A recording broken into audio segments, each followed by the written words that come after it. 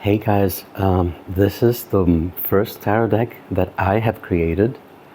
For those of you who don't know, I am also a graphic designer, besides being a tarot reader and, well, an actor and a writer. So I'm very proud of this project. It's based on Greek mythology. So I've integrated some archetypes from Greek mythology, gods, heroes, hybrid creatures. Each one of them I've assigned to a tarot card, and I want to show this to you. I'm very proud of this. This is my first copy. It's a work in progress, so I am writing a book, but I don't have it yet. This is the back of the cards. This is inspired by the oracle of Apollo at Delphi. This is the, let's say, the navel of the earth. Let's go through it. I will be talking a lot on each card, guide you through some of the choices that I made and other selections I did. So the Fool is Dionysus. Each card here has, like, this is the Hebrew letter that corresponds to the Fool on the Tree of Life, and this is the element. This is air, for example, for the Fool card. Now Dionysus is holding his thyrsus, which is a symbol of his power. He's being accompanied by a leopard. I don't know if you recall, there was a famous mosaic of Dionysus sitting on a leopard, so I've chosen the leopard to be his companion animal. It's also a hint of his fierce nature, the leap that you want to take into the unknown. See him almost jumping from the prow of the ship. As a similar energy to that. I've also have the dolphin over here, which is another myth related to Dionysus, as well as this bull on the head of the ship, which is also connected to a myth of Dionysus, Zagreus, where he was resurrected by Zeus after being torn apart by Titans. It kind of calls the Fool's journey in that you have divine protection, so no matter what happens to you, you will make it in the end. All the cards here have the name of the deity in Greek, kind of like they do in ancient Greek pottery. So that's Dionysus. I have kept this unnumbered in tradition of the Marseille, but overall I have closely followed the RWS, the Rider-Waite-Smith symbolism that was, derived from the Golden Dawn. So let's go to our next card, and that is Mercury. He is the magician. You can see I've assigned an animal to almost all the cards in the major arcana. Here is the fox, a sly creature, independent, fierce, also a trickster energy. Hermes is holding his caduceus, a symbol of his power, but also harkens to the wand of the magician. His hand gestures are also similar to the as above, so below symbolism of the Rider-Waite-Smith. Do you have this little altar, this little house, let's say, because I'm also connecting it to the Beth letter of the Kabbalistic Tree of Life. You have all his weapons here, the coins, the cups, the swords, the wands. The parchment here is related to Hermes as a communicator, to writing, to speech, to trade also, it could be a contract. And he's at a crossroads, because the magician, and Hermes in particular, also acts a lot as a bridge between worlds, between, let's say, gods and mortals, between this life and the afterlife, between the buyers and the sellers, between someone who hears and someone who listens, and so forth. Alpha is the number one in the Greek numbering system, but I also have kept the Latin numerals here. And over here you can see the symbol of Mercury, because that's the planet that corresponds to this card. Now here is Hecate as our high priestess, very strongly associated with magic, and she was often depicted with three faces, And I've used that to also tie this to the maiden mother crone archetype of the witch. She was also depicted holding torches. Now these burn with an otherworldly light. She is sitting by a pool of water reflecting the moon over her. We also have the dog, a companion animal, next to her. Dogs were also associated with Hecate. And she is sitting again by a crossroads, because Hecate was also a goddess of crossroads. And if you see, there's like a camel over here that's associated with the letter Gimel, but also like she crosses the divide between worlds. She, and on the Kabbalistic tree of life, she is the one that goes from Kether to Tiferet. I think. I'm sorry if I did it wrong.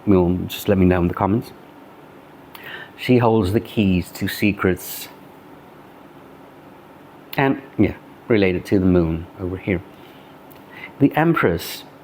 Now this was a choice, because I was like, Zeus was going to be the emperor, and I was thinking that logically Hera would have to be the Empress because she's his wife. But I felt that Venus was a much closer fit to the mother Empress archetype. Plus, also she is associated with the planet Venus. So Venus it is. After all, Venus was a very much loved and celebrated figure in ancient Greece, and had ties to other mother deities. You can see her sacred animal, the dove. It is a rich field, but there's also a skull over there reminding us that there's an element of mortality even in the most luscious, most vivid, alive scenes. And she's also a gate.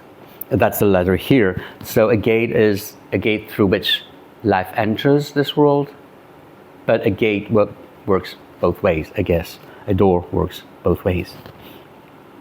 Also her sacred flowers like roses and poppies. Here we come to Zeus. This card, yeah, is related to the zodiac sign of Aries. Also the goats on the throne. His animal is the eagle. He's holding the thunderbolt. Pretty much close to the Emperor archetype. It is a much more square card. It's sitting on a much more barren field compared to Venus. There is a little bit of water flowing, but it's much more contained and controlled.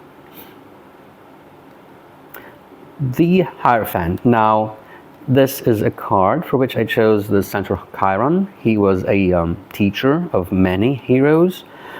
These two, for example, could be Achilles and Asclepius, or anyone else. He is a bridge between worlds. He has the keys, the gold and the silver key that we also encounter in the Hierophant of the Rider-Waite-Smith.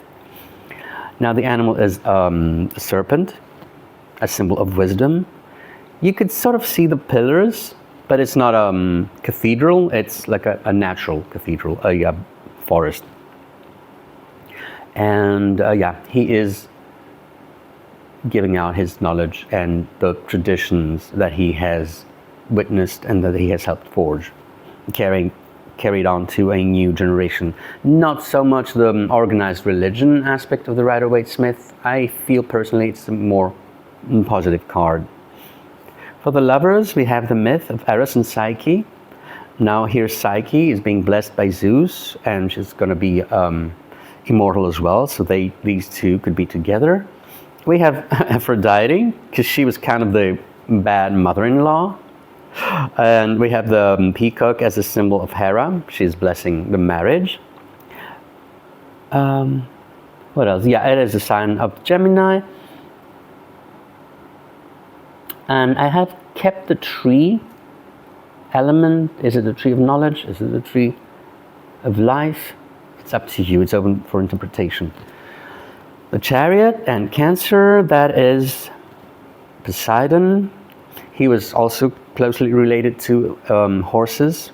They are drawing his chariot. He is balancing those two wild forces, taming them to guide them to his will. Hercules and strength. The Heracles, rather, the most famous hero. One of his tasks was to kill the Nemean lion, the lion that was not its hide could not be pierced by swords or arrows. You see them broken down here. Eventually, I have to say, full disclosure, he strangled the lion, but this is a much tamer version where he actually gets the lion to succumb to him. Full disclosure, this is AI assisted, this deck. So for those of you who are not into AI, but this is a chance to go away. Anyway, this is Kronos as the hermit, the turtle as the animal accompanying him. Very similar to the hermit of the Rider-Waite-Smith. He's holding this lantern, looking at his path, and also the element of the sand glass, because there's an element of timekeeping associated with Kronos in some myths. In some other, he's a god of agriculture, but that's not the case in this card. Wheel of Fortune. Now, I did have another version with the three Mirae, the Fates, who one was generating the thread, the other one was counting, and the third one was cutting the thread. But it felt rather, if I'm not fatalistic, it felt rather ominous. So I chose Tyche, another goddess that is more connected to this randomness of fate, like the sudden fortune or the sudden misfortune. She is holding the horn of plenty and a rudder, a ship's rudder, which is like how she can take control of your destiny and your course. And the fish is her companion animal. Justice was pretty straightforward. I mean, I could have considered Athena, but Themis is the goddess, the titaness of justice. Athena kind of is there with the owl, who is allegedly witnessing the whole process. She is holding a sword and a scale. I did put the heart and the feather in there, which is from an Egyptian mythology tradition, the weighing of the soul. So giving an otherworldly aspect to worldly justice. Hanged Man, Prometheus. He was a martyr for humankind. He was punished by being hanged on the rocks of Caucasus mountain. The eagle, is Zeus's animal, and he was punishing Prometheus by tearing up his liver every day. The liver would regenerate. Now, this card is associated with water, so I have a little pool forming at the base of his head. He was later freed by Heracles. Death, also pretty straightforward. There is a god of death called Thanatos in Greek mythology. The moth or the butterfly is an element of Thanatos, as well as the upside down torch. He's guiding the soul to its new place. Here we can see the river of Styx and Charon allegedly on his boat. It's a peaceful death, and he's holding the guy tenderly. It's also a transformation. For temperance, we've got Iris, another goddess that is associated with balance and bridging stuff. A very typical temperance pose. The butterfly associated with her, as well as the irises. She also used to pour water or nectar. And Pan is the devil. Actually, the Christian church took Pan's form and turned it into the devil. So that was a close call. He is expressing the more primal elements of human nature, the more instinctual side. Here we have Narcissus and a nymph who is tied. The ties are, easy to shake, as is in the RWS, but Pan is keeping them captive with his honeyed music. He's also kind of sitting on an altar and at the cave's entrance.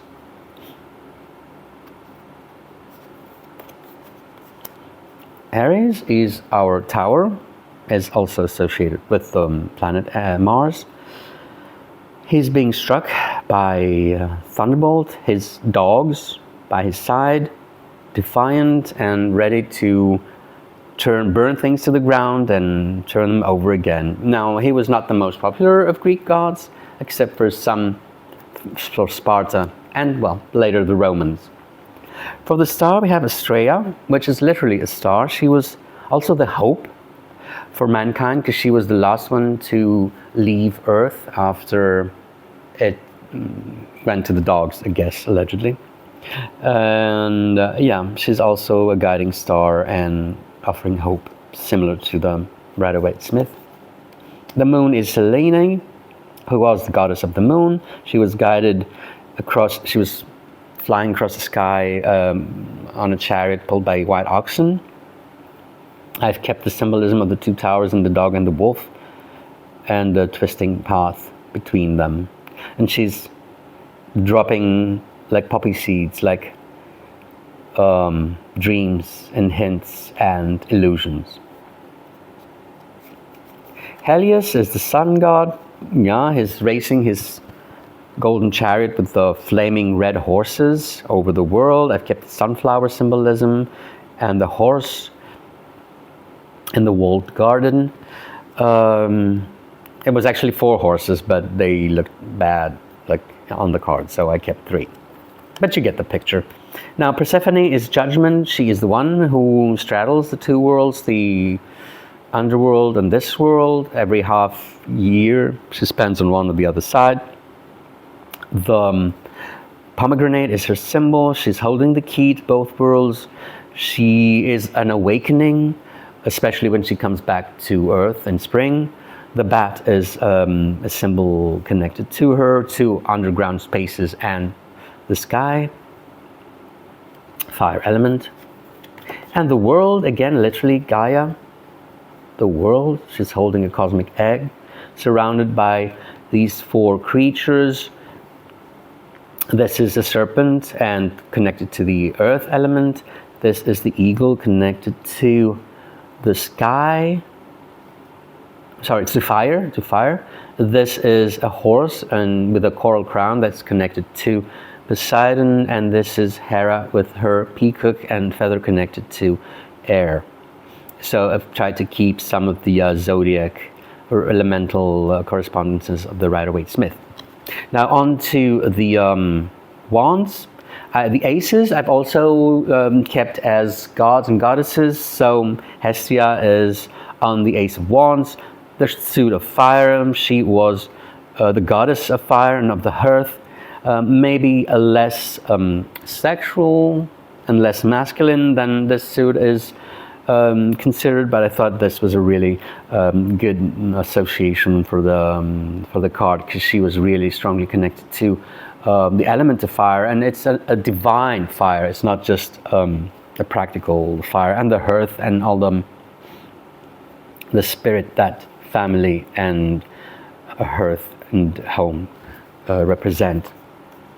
Now the pips are pippish, I guess, but it's not just plain wands and cups and stuff. They do have some elements that will help you better interpret and are close to the Rider-Waite-Smith. So we do have here 2 wands and a map, the laying out of plans, going from one place to the other. Also, that I have them. I've noted on the bottom of the card the astrological associations of each Decaimeron, the 10 days that represent each zodiac sign. This is like cardinal fire, so Aries for the first 3 cards, and this is Mars in Aries, and this is the Sun in Aries, the 3 of Wands. Again, you can see like there's the sea and the ships sailing, so that's also a callback to the 3 of Wands in the Rider-Waite-Smith. 4 of Wands, completion, happiness, celebration. Five of Wands, clashing, strife. You see there's a broken one here. Six of Wands, success, victory. There's this little laurel leaves on the wands and at the side of a temple on a sunny day. It's like you can almost feel the parade. Seven of Wands, like strong winds, but those wands sit up straight. They don't bend to the wind. Eight of Wands, classic imagery. This one has a little parchment tied to it, so it's about news. Nine of Wands, they are protecting the fire. In a circle, you see some bandages on the on some of the shafts, so they've been through it. And 10 of Wands, the burden, it's too much, it needs to rest on this stone, but there's hope coming from above. Now here we have the court cards. The Page of Wands is Atalanta. This is because it corresponds to summer. So on the pages you will see a kind of the symbol. It's red because it's fire, and it's on the summer. And this is Earth of Fire. So you also have the symbols to the side. This is Achilles, the Knight of Fire, the Knight of Wands, also corresponding to the zodiac sign of Sagittarius. So mutable fire. Artemis, the Queen of Wands, again a choice, very clearly in my mind connected to fire. The dog's by her side. Huntress, independent woman, does what she wants. Not so much sexual, but I think I could overlook that. And her brother, Apollo, is the King of Wands. He was very strongly associated with light and divine fire.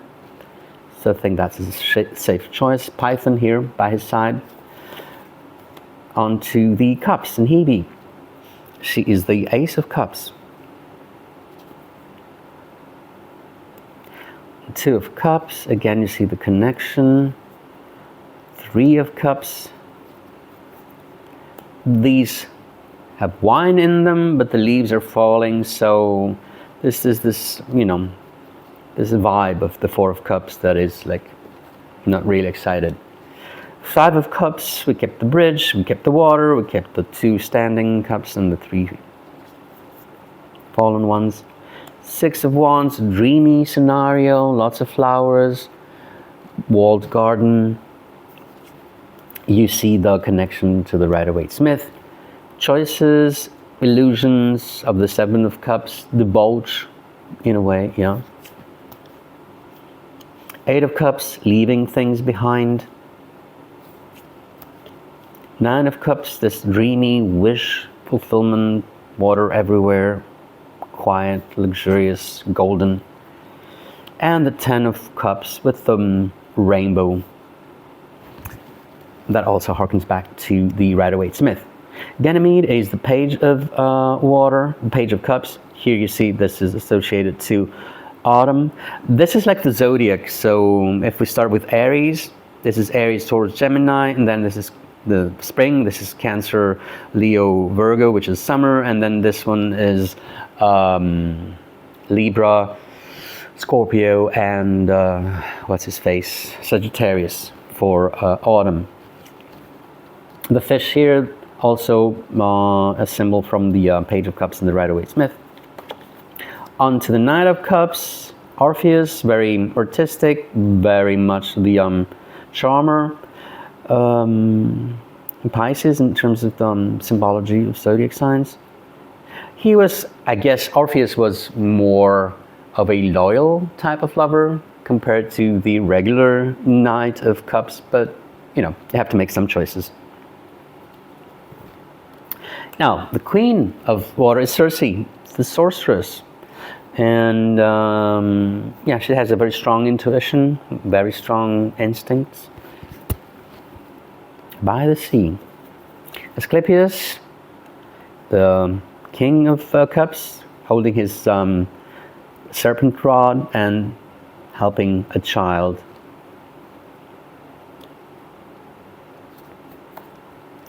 Athena, intellect, strategy, wisdom. The Ace of Swords cuts through BS. The tiny owl feather for her. And there we go through the pips. Again, you will note the Decan associations, so Jupiter and Libra for the Four of Swords, the crypt where they rest. Five of Swords, Six of Swords, science. Seven of Swords, here's a wet footprint and an attempt to cover up some of the swords. So yeah, deception, futility, it's all there. The Eight of Swords, you're not imprisoned, you can rise above the prison of the Eight Swords. Nine of Swords, kind of a nightmare, a very dark card. And the Ten of Swords, here's some blood, but also like a hope the clouds are breaking. Ariadne is the Page of Swords. Here is a sign of the labyrinth. Here is Theseus sailing away. She's holding the thread that helped Theseus exit the labyrinth.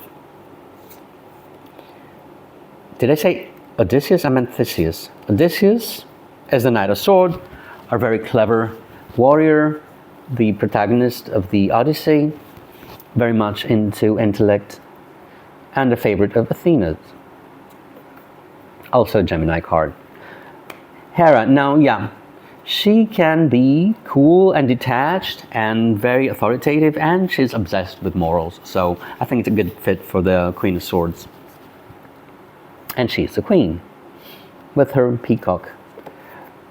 And Uranus is the king of swords, also very cerebral, very out there, above, floating above it all, judging, watching. On to the coins or pentacles and the material stuff. Who better to represent creation, material creation, than Hephaestus in his forge. Here again, the pips. Corporation structure.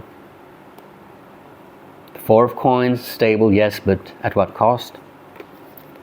The Five of Coins, the cracked silver ones. Six, help. That's actually to give and take. So you use it both sides. Waiting for this to bloom or not. Work. The Eight of Coins, the bench of the Rider-Waite-Smith. Nine of Coins. And 10, heritage.